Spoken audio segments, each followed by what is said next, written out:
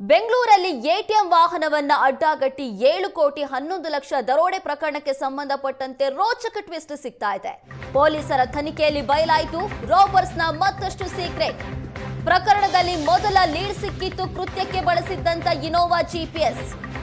ನಕಲಿ number plate ಬಳಸಿದ್ರಿಂದ ಕಾರಿನ ಅಸಲಿ ನಂಬರ್ ಸಿಕ್ಕಿರಲಿಲ್ಲ. ಕಾರಿನ ಮಾಲೀಕರು ಯಾರು ಅಂತ ಖಾಕಿಗೆ ತಡರಾತ್ರಿವರೆಗೂ ಗೊತ್ತಾಗಿರಲಿಲ್ಲ. ಮಾಧ್ಯಮಗಳಲ್ಲಿ ಸುದ್ದಿ ಆಗ್ತಾ ಇದ್ದಂತೆ ಅಸಲಿ ಮಾಲೀಕ ಎಂಟ್ರಿ ಕೊಟ್ಟಿದ್ರು. ಇನೋವಾ ಕಾರಿನ ಅಸಲಿ ಮಾಲೀಕ ಸಿದ್ದಾಪುರ ಠಾಣೆಗೆ ಬಂದಿದ್ರು. ಕಾರ್ 2 ದಿನಕ್ಕೆ ಬಾಡಿಗೆ ಪಡೆದು ಹೋಗ್ತೀನಿ ಅಂತ ಅಣ್ಣಪ್ಪ ನಾಯ್ಕ್ ತಗೊಂಡೋಗಿದ್ನಂತೆ. 2 ದಿನ ಅಂತ ಹೇಳಿ 5 ದಿನ ಆದ್ರೂ ಕಾರನ್ನ ವಾಪಸ್ ಕೊಟ್ಟಿರ್ಲಿಲ್ಲ ಅಣ್ಣಪ್ಪ. ಇದು ಈ ಕೇಸ್ಗೆ ಬಿಗ್ ಟ್ವಿಸ್ಟ್ ಕೊಟ್ಟಿರೋದು. ಇನೋವಾ ಕಾರಿನ ಅಸಲಿ ಮಾಲೀಕ ಸಿದ್ದಾಪುರ ಠಾಣೆಗೆ ಬಂದಿದ್ರು. ಅಷ್ಟಕ್ಕೂ ಅಣ್ಣಪ್ಪ ನಾಯ್ಕ್ ತಗೊಂಡು ಬಂದಿದ್ದಂತಹ ಮಾಲೀಕ ಆ ಕಾರ್ನಲ್ಲಿ ಜಿಪಿಎಸ್ ಅನ್ನು ಕೂಡ ಅಳವಡಿಕೆ ಮಾಡಿದ್ರು. ಬಾಡಿಗೆಗೆ ಪಡ್ಕೊಂಡು ಹೋಗಿದ್ರಂತೆ ಅಣ್ಣಪ್ಪ. ಕಳ್ಳನನ್ನ ಹಿಡಿಬೇಕು, 2 ದಿನದ ಮಟ್ಟಿಗೆ ಬಾಡಿಗೆಗೆ ಕೊಡಿ ಅಂತ ಅಣ್ಣಪ್ಪ ನಾಯ್ಕ್ ತಗೊಂಡು ಹೋಗಿದ್ರು. ಆದ್ರೆ 5 ದಿನ ಆದ್ರೂ ಮಾಲೀಕನಿಗೆ ಆ ಕಾರನ್ನ ವಾಪಸ್ ಮಾಡಿರ್ಲಿಲ್ಲ. ಕಳ್ಳರನ್ನ ಹಿಡ್ಕೊಂಡು ಬರೋದಕ್ಕೆ ಇನೋವಾ ಕಾರನ್ನ ಕೇಳಿದ್ದ ಅಣ್ಣಪ್ಪ ನವೆಂಬರ್ 15ನೇ ತಾರೀಕು ಇನೋವಾ ಕಾರನ್ನ ಬಾಡಿಗೆಗೆ ಪಡೆದಿದ್ರು. ಪೊಲೀಸರ ಮುಂದೆ ಇನೋವಾ ಕಾರ್ ಮಾಲೀಕ ಹೇಳಿಕೆ ಕೊಟ್ಟಿರೋದು. ನವೆಂಬರ್ 17ರ ಸಂಜೆ ಕಾರನ್ನ ವಾಪಸ್ ಕೊಡೋದಾಗಿ ಅಣ್ಣಪ್ಪ ಹೇಳಿದ್ದ. ನವೆಂಬರ್ 18ರ ಸಂಜೆ ಆದ್ರೂ ಕಾರನ್ನ ವಾಪಸ್ ಕೊಟ್ಟಿರ್ಲಿಲ್ಲ. ಈ ವೇಳೆ ಅಣ್ಣಪ್ಪ ನಾಯ್ಕ್ಗೆ ಕರೆ ಮಾಡಿದ್ರು ಕಾರ್ ಮಾಲೀಕ. ಸಂಜೆ ವಾಪಸ್ ಕೊಡ್ತೀವಿ, ಕೇಸ್ ಮೇಲೆ ಹೊರಗಿದ್ದೀವಿ ಅಂತ ಅಣ್ಣಪ್ಪ ನಾಯ್ಕ್ ಹೇಳಿದ್ರು. ಆದ್ರೆ ಕಾರನ್ನ ಮಾತ್ರ ಕಾರ್ ಮಾಲೀಕರಿಗೆ ವಾಪಸ್ ಕೊಟ್ಟಿರ್ಲಿಲ್ಲ. ಈ ಪ್ರಕರಣದ ಕಿಂಗ್ ಪಿನ್ ಒಂದ್ ಕಡೆ ಝೇವಿಯರ್ ಆದ್ರೆ ಮತ್ತೊಂದ್ ಕಡೆ ಪೊಲೀಸ್ ಕಾನ್ಸ್ಟೇಬಲ್ ಅಣ್ಣಪ್ಪ ನಾಯ್ಕ್. ನೀವು ಕಳ್ಳತನ ಮಾಡಿ ನಾನು ಇನೋವಾ ಕಾರನ್ನ ರೆಡಿ ಮಾಡ್ತೀನಿ ಅಂತ ಅಣ್ಣಪ್ಪ ನಾಯ್ಕ್ ಹೇಳಿದ್ರು. ಅದರಂತೆ ಕಾರ್ ಮಾಲೀಕನಿಂದ ಕಾರನ್ನ ಪಡ್ಕೊಂಡು ಇನೋವಾ ಕಾರನ್ನ ಕೊಟ್ಟು 2 ದಿನಕ್ಕೆ ವಾಪಸ್ ಕೊಡ್ತೀನಿ ಅಂತ ಹೇಳಿದ್ರು. 5 ದಿನ ಆದ್ರೂ ಅಣ್ಣಪ್ಪ ನಾಯ್ಕ್ ವಾಪಸ್ ಕೊಟ್ಟಿರ್ಲಿಲ್ಲ. ಇದು ಈ ಕೇಸ್ಗೆ ಬಿಗ್ ಟ್ವಿಸ್ಟ್ ಕೊಟ್ಟಿರೋದು. ಪೊಲೀಸರಿಗೆ ಕಳ್ಳರನ್ನ ಹಿಡಿಯೋದಕ್ಕೆ ಮೂಲ ಸಾಕ್ಷಿ ಆಯಿತು ಇನೋವಾ ಕಾರ್. ಕಾರನ್ನ ಬಾಡಿಗೆಗೆ ಪಡೆಯೋ ವೇಳೆ ಜಿಪಿಎಸ್ ಇಲ್ಲದ ಕಾರನ್ನ ಕೇಳಿದ್ದ ಅಣ್ಣಪ್ಪ. ಜಿಪಿಎಸ್ ಇಲ್ಲ, ಜಿಪಿಎಸ್ ಇರುವ ಕಾರನ್ನೇ ಕೊಟ್ಟು ಕಾರಿನ ಮಾಲೀಕ ಕಳಿಸಿದ್ದ. ಅಣ್ಣಪ್ಪನ ನಡವಳಿಕೆಯಿಂದ ಕಾರಿನ ಮಾಲೀಕನಿಗೆ ಅನುಮಾನ ಬಂದಿತ್ತು. ಕಾರ್ನಲ್ಲಿ ಜಿಪಿಎಸ್ ಇರೋದ್ರ ಅರಿವಿಲ್ಲದೆ ದರೋಡೆ ಮಾಡಿತ್ತು ಈ ಗ್ಯಾಂಗ್. ದರೋಡೆ ಗ್ಯಾಂಗ್ಗೆ ಜಿಪಿಎಸ್ ಇಲ್ಲದ ಇನೋವಾ ತಂದಿದ್ದೀನಿ ಅಂತ ಅಣ್ಣಪ್ಪ ಹೇಳಿದ್ದ. ಅಣ್ಣಪ್ಪನ ಮಾತನ್ನ ನಂಬಿಕೊಂಡು ರವಿ ಝೇವಿಯರ್ ಗ್ಯಾಂಗ್ ದರೋಡೆಗಿಳಿದಿತ್ತು.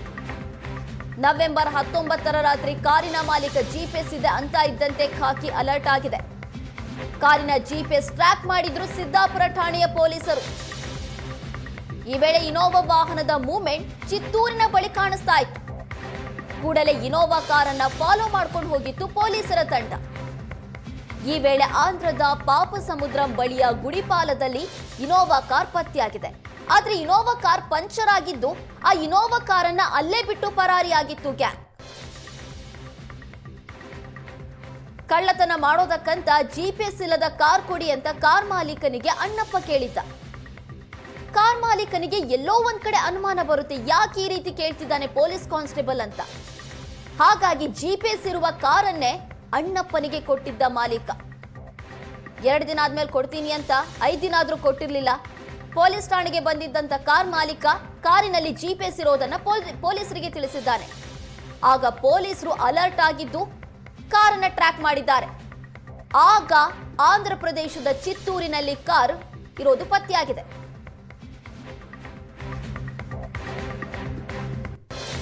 ಇನ್ನು ಬೆಂಗಳೂರಿನಲ್ಲಿ ಎಟಿಎಂ ವಾಹನ ಅಡ್ಡಗಟ್ಟಿ 7 ಕೋಟಿ ದರೋಡೆ ಪ್ರಕರಣಕ್ಕೆ ಸಂಬಂಧಪಟ್ಟಂತೆ ಪೊಲೀಸ್ ತನಿಖೆಯಲ್ಲಿ ಮತ್ತಷ್ಟು ದರೋಡೆ ಗ್ಯಾಂಗ್ನ ಸೀಕ್ರೆಟ್ ಬಯಲಾಗಿದೆ. ದರೋಡೆ ಬಳಿಕ ಬೆಂಗಳೂರಿಗೆ ಬಂದ್ ಹೋಗಿದ್ದ ಆರೋಪಿ ಝೇವಿಯರ್. ಆಗಸ್ಟ್ 19ರಂದು ಬೆಂಗಳೂರಿನ ಡೈರಿ ಸರ್ಕಲ್ ಫ್ಲೈಓವರ್ ಮೇಲೆ ದರೋಡೆ ನಡೆದಿತ್ತು. ರಾಬರಿ ಬಳಿಕ ಆಂಧ್ರ ಪ್ರದೇಶದ ಚಿತ್ತೂರಿಗೆ ಪರಾರಿಯಾಗಿತ್ತು ಈ ಗ್ಯಾಂಗ್. ಆ ರಾಬರಿ ಮಾಡಿದ್ದ ಹಣವನ್ನ ಚಿತ್ತೂರಿನ ಫಾರ್ಮ್ ಹೌಸ್ನಲ್ಲಿ ಅಡಗಿಸಿಟ್ಟಿದ್ರು. ಈ ಪೈಕಿ 10 ಲಕ್ಷ ಹಣವನ್ನ ಬೆಂಗಳೂರಿಗೆ ಬಂದು ಅಣ್ಣಪ್ಪನಿಗೆ ಕೊಟ್ಟಿದ್ದ ಝೇವಿಯರ್. ಕಾನ್ಸ್ಟೇಬಲ್ ಅಣ್ಣಪ್ಪ ನಾಯ್ಕ್ಗೆ 10 ಲಕ್ಷ ನೀಡಿ ಝೇವಿಯರ್ ವಾಪಸ್ ಹೋಗಿದ್ದ. ಝೇವಿಯರ್ ಹಣ ನೀಡಿದ ಬಳಿಕ ಬಗ್ಗೆ ವಿಚಾರಣೆ ವೇಳೆ ಅಣ್ಣಪ್ಪ ನಾಯ್ಕ್ ಬಾಯ್ಬಿಟ್ಟಿದ್ದಾನೆ. ಅಣ್ಣಪ್ಪ ನಾಯ್ಕ್ ಝೇವಿಯರ್ ನೀಡಿದ್ದ 10 ಲಕ್ಷ ಹಣವನ್ನ ಪೊಲೀಸರು ಈಗ ವಶಪಡಿಸಿಕೊಂಡಿದ್ದಾರೆ. 7 ಕೋಟಿ 11 ಲಕ್ಷ ಕದ್ದ ಹಣದಲ್ಲಿ 2 ಚಿನ್ನದ ರಿಂಗನ್ನ ಖರೀದಿ ಮಾಡಿದ್ರು ದರೋಡೆಕೋರರು. ಸದ್ಯ ದರೋಡೆ ಸಂಬಂಧ ಸಿದ್ದಾಪುರ ಪೊಲೀಸರಿಂದ ತನಿಖೆ ಮುಂದುವರೆದಿದೆ.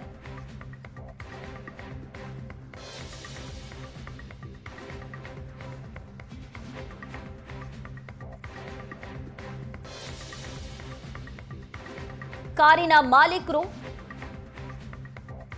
ಸಿದ್ದಾಪುರ ಠಾಣೆಗೆ ಬರ್ತಾರೆ. ಜಿಪಿಎಸ್ ಇರೋ ಕಾರನ್ನೇ ಕೊಟ್ಟಿದ್ದೀನಿ ಅಂತ.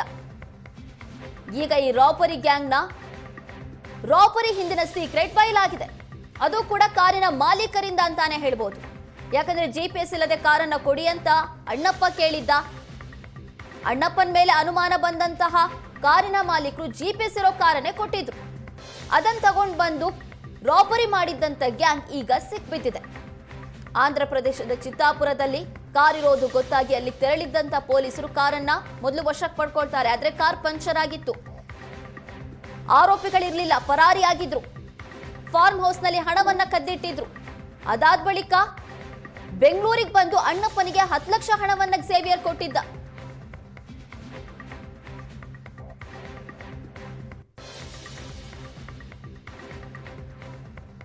ಎಸ್, ಈ ಬಗ್ಗೆ ಹೆಚ್ಚಿನ ಡೀಟೇಲ್ಸ್ ಅನ್ನ ಕೊಡ್ತಾರೆ ನಮ್ಮ ಪ್ರತಿನಿಧಿ ಪ್ರಜ್ವಲ್. ನಮ್ಮ ಜೊತೆ ನೇರ ಸಂಪರ್ಕದಲ್ಲಿದ್ದಾರೆ. ಪ್ರಜ್ವಲ್, ಬೆಂಗಳೂರಿನಲ್ಲಿ ನಡೆದಿರುವಂತಹ ರಾಬರಿ ಪ್ರಕರಣ ದಿನದಿಂದ ದಿನಕ್ಕೆ ರೋಚಕವಾಗ್ತಾ ಇದೆ. ಈಗ ಸಿಗ್ತಾ ಇರುವಂತಹ ಡೀಟೇಲ್ಸ್ ಗಳನ್ನ ನೋಡ್ತಾ ಇದ್ರೆ ರಾಬರಿ ಮಾಡೋದಕ್ಕೆ ಜಿಪಿಎಸ್ ಇಲ್ಲದೆ ಇರುವ ಕಾರನ್ನ ಕೇಳಿದ್ರು. ಆದ್ರೆ ಕಾರ್ನ ಮಾಲೀಕ ಜಿಪಿಎಸ್ ಇರುವ ಕಾರನ್ನೇ ಕೊಟ್ಟಿದ್ದ. ಇದನ್ನ ನೋಡ್ತಾ ಇದ್ರೆ ಪೊಲೀಸರಿಗೆ ಯಾಮಾರಿಸೋದಕ್ಕೆ ಹೋಗಿ ಕಳ್ರೆ ಯಾಮಾರಿದ್ರು ಅಂತ ಅನ್ನಿಸ್ತಾ ಇಲ್ವಾ? ಖಂಡಿತವಾಗಿಯೂ ಕೂಡ ನಯನ, ಬೆಂಗಳೂರಿನಲ್ಲಿ 7 ಕೋಟಿ ರಾಬರಿ ಪ್ರಕರಣಕ್ಕೆ ಸಂಬಂಧಪಟ್ಟಂತೆ ನೋಡ್ತಾ ಹೋದ್ರೆ ಈಗಾಗಲೇ ಈ ಒಂದು ಪ್ರಕರಣದಲ್ಲಿ ಸಾಕಷ್ಟು ಟರ್ನ್ಸ್ ಅಂಡ್ ಟ್ವಿಸ್ಟ್ಗಳು ಸಿಗ್ತಾ ಇರುವಂತದ್ದು. ಈ ಒಂದು ಪ್ರಕರಣದಲ್ಲಿ ಪ್ರಮುಖವಾಗಿ ಆಗ್ತಾ ಇರುವಂತದ್ದೇನು ಅನ್ನೋದನ್ನ ಗಮನಿಸ್ತಾ ಹೋದ್ರೆ ಇಲ್ಲಿ ಮೊದಲಿಗೆ ರಾಬರಿ ಮಾಡೋದಕ್ಕಿಂತ ಮುಂಚೆ ಅಣ್ಣಪ್ಪ ನಾಯಕ್ ಏನಿರ್ತಾನೆ, ಈತ ಪೊಲೀಸ್ ಆಗಿರೋದ್ರಿಂದಾಗಿ ಈತನಿಗೆ ಯಾವ ರೀತಿಯಲ್ಲಿ ಪೊಲೀಸರ ದಾರಿಯನ್ನು ತಪ್ಪಿಸಬೇಕು ಅನ್ನುವಂಥದ್ದೇನಿದೆ ಅದು ಸ್ಪಷ್ಟವಾಗಿ ಗೊತ್ತಿರುತ್ತೆ ಅಂತಾನೆ ಹೇಳ್ಬೋದು. ಯಾಕೆ ಅಂತ ಹೇಳಿದ್ರೆ ಆತ ಕ್ರೈಮ್ ಕೆಲಸವನ್ನ ಮಾಡ್ತಾ ಇರ್ತಾನೆ. ಹಾಗೆ ಎಲ್ಲಾ ರೀತಿಯಲ್ಲಿ ಅಂದ್ರೆ ಕಳ್ತನ ಆಗಿರ್ಬೋದು ಅಥವಾ ಕೊಲೆ ಆಗಿರ್ಬೋದು, ಈ ಎಲ್ಲಾ ಪ್ರಕರಣಗಳ ಬಗ್ಗೆ ಆತನಿಗೆ ಸಂಪೂರ್ಣವಾದಂತಹ ಒಂದು ಮಾಹಿತಿ ಇರುತ್ತೆ. ಯಾವ ರೀತಿಯಲ್ಲಿ ನಾವು ದರೋಡೆಯನ್ನ ಮಾಡಿದ್ರೆ ನಾವು ಸಿಕ್ಕಿಹಾಕಿಕೊಳ್ಳೋದಿಲ್ಲ ಅನ್ನೋದ್ರ ಬಗ್ಗೆ ಈತ ಪೂರ್ವ ನಿರ್ಧರಿತವಾಗಿ ಸಾಕಷ್ಟು ಪ್ಲಾನ್ ಅನ್ನ ಕೂಡ ರೂಪಿಸಿರ್ತಾನೆ. ಆ ಒಂದು ಪ್ಲಾನ್ ನ ಭಾಗ ಯಾವುದು ಅಂತ ಹೇಳಿದ್ರೆ ಜಿಪಿಎಸ್ ಇಲ್ಲದೆ ಇರುವಂತಹ ಒಂದು ಕಾರನ್ನ ಪಡೆದುಕೊಂಡು ಅಲ್ಲಿಂದ ಎಸ್ಕೇಪ್ ಆಗಿರುವಂತದ್ದು ಕೂಡ ಆಗಿರುತ್ತೆ. ಆದ್ರೆ ಈತನ ಒಂದು ಪ್ಲಾನ್ ಏನಿದೆ ಇದು ಸಂಪೂರ್ಣವಾಗಿ ಫೇಲ್ ಆಗಿದೆ ಅಂತಾನೆ ಹೇಳ್ಬೋದು. ಯಾಕೆ ಅಂತ ಹೇಳಿದ್ರೆ ಈತ ಯಾವಾಗ ಜಿಪಿಎಸ್ ಇಲ್ಲದೆ ಇರುವಂತಹ ಒಂದು ಕಾರನ್ನ ಕೇಳ್ತಾನೆ, ಆದ್ರೆ ಮಾಲೀಕ ಜಿಪಿಎಸ್ ಇರುವಂತಹ ಒಂದು ಕಾರನ್ನ ಕೊಡ್ತಾರಲ್ಲ, ಆ ಸಂದರ್ಭದಲ್ಲೇ ಈತನ ಪ್ಲಾನ್ ಏನಿದೆ ಇದು ಸಂಪೂರ್ಣವಾಗಿ ಫ್ಲಾಪ್ ಆಗುತ್ತೆ. ಅದರಲ್ಲೂ ಕೂಡ ನಂಬರ್ ಪ್ಲೇಟ್ ಅನ್ನ ಬದಲಾಯಿಸುವಂತದ್ದು ಕೂಡ ಪ್ರಮುಖವಾದಂತಹ ಒಂದು ವಿಚಾರ ಅಂತಾನೆ ಹೇಳ್ಬೋದು. ಯಾಕೆ ಅಂತ ಹೇಳಿದ್ರೆ ಇಲ್ಲಿ ಒರಿಜಿನಲ್ ನಂಬರ್ ಪ್ಲೇಟ್ ಅನ್ನ ಇಟ್ಕೊಂಡ್ರೆ ಗಾಡಿ ಮಾಲೀಕ ಯಾರು ಅನ್ನುವಂಥದ್ದನ್ನ ಪೊಲೀಸರು ತತ್ಕ್ಷಣದಲ್ಲೇ ಕಂಡು ಹಿಡಿತಾ ಹೋಗ್ತಾರೆ. ಆ ಸಂದರ್ಭದಲ್ಲಿ ಈಸಿಯಾಗಿ ಇವರು ಸಿಕ್ಕಾಕಿಕೊಳ್ತಾರೆ ಅನ್ನುವಂಥದ್ದೇನಿದೆ ಅದು ಸ್ಪಷ್ಟವಾಗಿ ಇವರಿಗೆ ಗೊತ್ತಿರುತ್ತೆ. ಆ ಒಂದು ನಿಟ್ಟಿನಲ್ಲಿ ಇವ್ರೇನ್ ಮಾಡ್ತಾರೆ ಅಂತ ಹೇಳಿದ್ರೆ ಮೊದಲಿಗೆ ಸ್ವಿಫ್ಟ್ ಡಿಸೈರ್ ನ ಒಂದು ನಂಬರ್ ಪ್ಲೇಟ್ ಅನ್ನು ಹಾಕೊಳ್ತಾರೆ. ನಂಬರ್ ಪ್ಲೇಟ್ ಅನ್ನು ಹಾಕೊಂಡಂತವರು ಅನಂತರದಲ್ಲಿ ರಾಬರಿ ಮಾಡ್ಲಿಕ್ಕೆ ಪ್ಲಾನ್ ಅನ್ನ ಕೂಡ ಮಾಡ್ತಾರೆ. ಅಂದ್ರೆ ಜಿಪಿಎಸ್ ಯಾಕೆ ಬೇಡ ಅಂತ ಹೇಳ್ತಾನೆ ಅಂತ ಹೇಳಿದ್ರೆ ಜಿಪಿಎಸ್ ಇದ್ದಿದ್ದೇ ಆಗಿದ್ರೆ ಕಾರು ಎಲ್ಲೆಲ್ಲಿ ಓಡಾಟ ನಡೆಸಿದೆ ಅನ್ನುವಂಥದ್ದೇನಿದೆ ಅದು ಪೊಲೀಸರಿಗೆ ಸ್ಪಷ್ಟವಾಗಿ ಗೊತ್ತಾಗುತ್ತೆ. ಅದರಲ್ಲೂ ಕೂಡ ಪೊಲೀಸರಿಗೆ ಮೊದಲಿಗೆ ಈ ಕಾರು ಯಾರದ್ದು ಅನ್ನುವಂಥದ್ದು ಕೂಡ ಗೊತ್ತಾಗಬಾರದು ಅನ್ನುವಂಥ ಉದ್ದೇಶದಿಂದಾಗಿ ನಂಬರ್ ಪ್ಲೇಟ್ ಅನ್ನು ಬದಲಾಯಿಸ್ತಾನೆ. ಹಾಗೆ ಜಿಪಿಎಸ್ ಇಲ್ಲದೆ ಇರುವಂತಹ ಒಂದು ಕಾರನ್ನ ಕೂಡ ಕೇಳ್ತಾನೆ. ಅಂದ್ರೆ ಪೊಲೀಸರಿಗೆ ಕೇವಲ ನಂಬರ್ ಪ್ಲೇಟ್ ಸಿಗದೇ ಇದ್ದಂತಹ ಸಂದರ್ಭದಲ್ಲಿ ಇನೋವಾ ಯಾವುದು ಅನ್ನುವಂಥದ್ದನ್ನ ಕಂಡು ಹಿಡಿಯುವಂಥದ್ದೇನಿದೆ ಅದು ತುಂಬಾ ಕಷ್ಟ ಅಂತಾನೆ ಹೇಳ್ಬೋದು. ಯಾಕೆ ಅಂತ ಹೇಳಿದ್ರೆ ಈ ರೀತಿಯ ಪ್ರಕರಣಗಳಲ್ಲಿ ನಂಬರ್ ಪ್ಲೇಟ್ ಅನ್ನು ಬದಲಾಯಿಸಿ ಬೇರೆ ಕಾರನ್ನ ತೆಗೆದುಕೊಂಡು ಹೋದಂತಹ ಸಂದರ್ಭದಲ್ಲಿ ಇಲ್ಲಿ ಕಾರ್ ಯಾರದು ಅನ್ನುವಂಥದ್ದಾಗಿರ್ಬೋದು ಅಥವಾ ಮೂಲ ಮಾಲೀಕ ಯಾರು ಅನ್ನುವಂಥದ್ದಾಗಿರ್ಬೋದು ಅದನ್ನ ಕಂಡು ಹಿಡಿಯುವಂಥದ್ದು ಕಷ್ಟವಾಗ್ತಾ ಹೋಗುತ್ತೆ. ಇದೆಲ್ಲವನ್ನ ಮೊದಲಿಗೆ ಅಣ್ಣಪ್ಪ ನಾಯಕ್ ಪ್ಲಾನ್ ಮಾಡಿರ್ತಾನೆ. ಹಾಗೆ ಝೇವಿಯರ್ ಏನಿರ್ತಾನೆ ಈತನು ಕೂಡ ಇನ್ನೊಬ್ಬ ಕಿಂಗ್ ಪಿನ್ ಆಗಿರ್ತಾನೆ. ಅದರಲ್ಲೂ ಕೂಡ ಪ್ರಮುಖವಾಗಿ ಈತ ಮೊದಲಿಗೆ ಆಂಧ್ರಕ್ಕೆ ಹೋದಂತವನು ನಂತರದಲ್ಲಿ ಮತ್ತೆ ಬೆಂಗಳೂರಿಗೆ ಬಂದು ಅಣ್ಣಪ್ಪ ನಾಯ್ಕಿಗೆ 10 ಲಕ್ಷ ಹಣವನ್ನ ಕೊಟ್ಟಿದ್ದ ಅನ್ನುವಂಥದ್ದು ಕೂಡ ತನಿಖೆ ವೇಳೆಯಲ್ಲಿ ಗೊತ್ತಾಗ್ತಾ ಇರುವಂಥದ್ದು. ಅಂದ್ರೆ ಈತನಿಗೆ ಹಣವನ್ನ ಕೊಟ್ಟು ಮತ್ತೆ ಇಲ್ಲಿಂದ ಎಸ್ಕೇಪ್ ಆಗುವಂತ ಒಂದು ಪ್ರಯತ್ನವನ್ನ ಮಾಡ್ತಾ ಹೋಗ್ತಾರೆ. ಆದ್ರೆ ಇಲ್ಲಿ ಪ್ರಮುಖವಾಗಿ ಯಾವಾಗ ಅಣ್ಣಪ್ಪ ನಾಯಕ್ನ ವಿಚಾರ ಏನಿದೆ ಅದು ಹೊರಬರುತ್ತೆ, ಅಂದ್ರೆ ಮಾಲೀಕ ಬಂದು ಸಿದ್ದಾಪುರ ಪೊಲೀಸ್ ಠಾಣೆಗೆ ಬಂದು ಅಣ್ಣಪ್ಪ ನಾಯಕ್ ಏನಿರ್ತಾನೆ ಈತ ನನ್ನ ಕಾರನ್ನ ತೆಗೆದುಕೊಂಡು ಹೋಗಿದ್ದಾನೆ, ಒಂದು ಪ್ರಕರಣಕ್ಕೆ ಸಂಬಂಧಪಟ್ಟಂತೆ ನಮಗೆ ಕಾರ್ ಬೇಕಾಗಿದೆ, ಹಾಗಾಗಿ 2 ದಿನಕ್ಕೆ ಬಾಡಿಗೆಗೆ ಕೊಡಿ ಅನ್ನುವಂಥ ಒಂದು ವಿಚಾರವನ್ನ ಹೇಳಿದ್ರು. ಹಾಗಾಗಿ ನಾನು ಅವರಿಗೆ ಬಾಡಿಗೆಗೆ ಕೊಟ್ಟಿದ್ದೆ ಅನ್ನುವಂಥ ಒಂದು ಅಂಶವನ್ನ ಯಾವಾಗ ಕಾರು ಮಾಲೀಕ ಬಂದು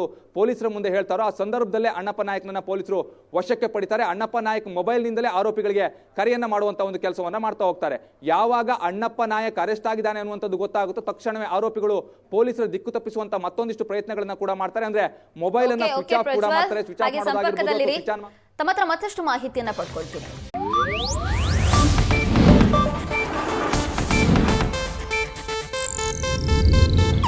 ಇದು ಏಷ್ಯಾನೆಟ್ ನ್ಯೂಸ್ ನೆಟ್ವರ್ಕ್ ಪ್ರಸ್ತುತಿ.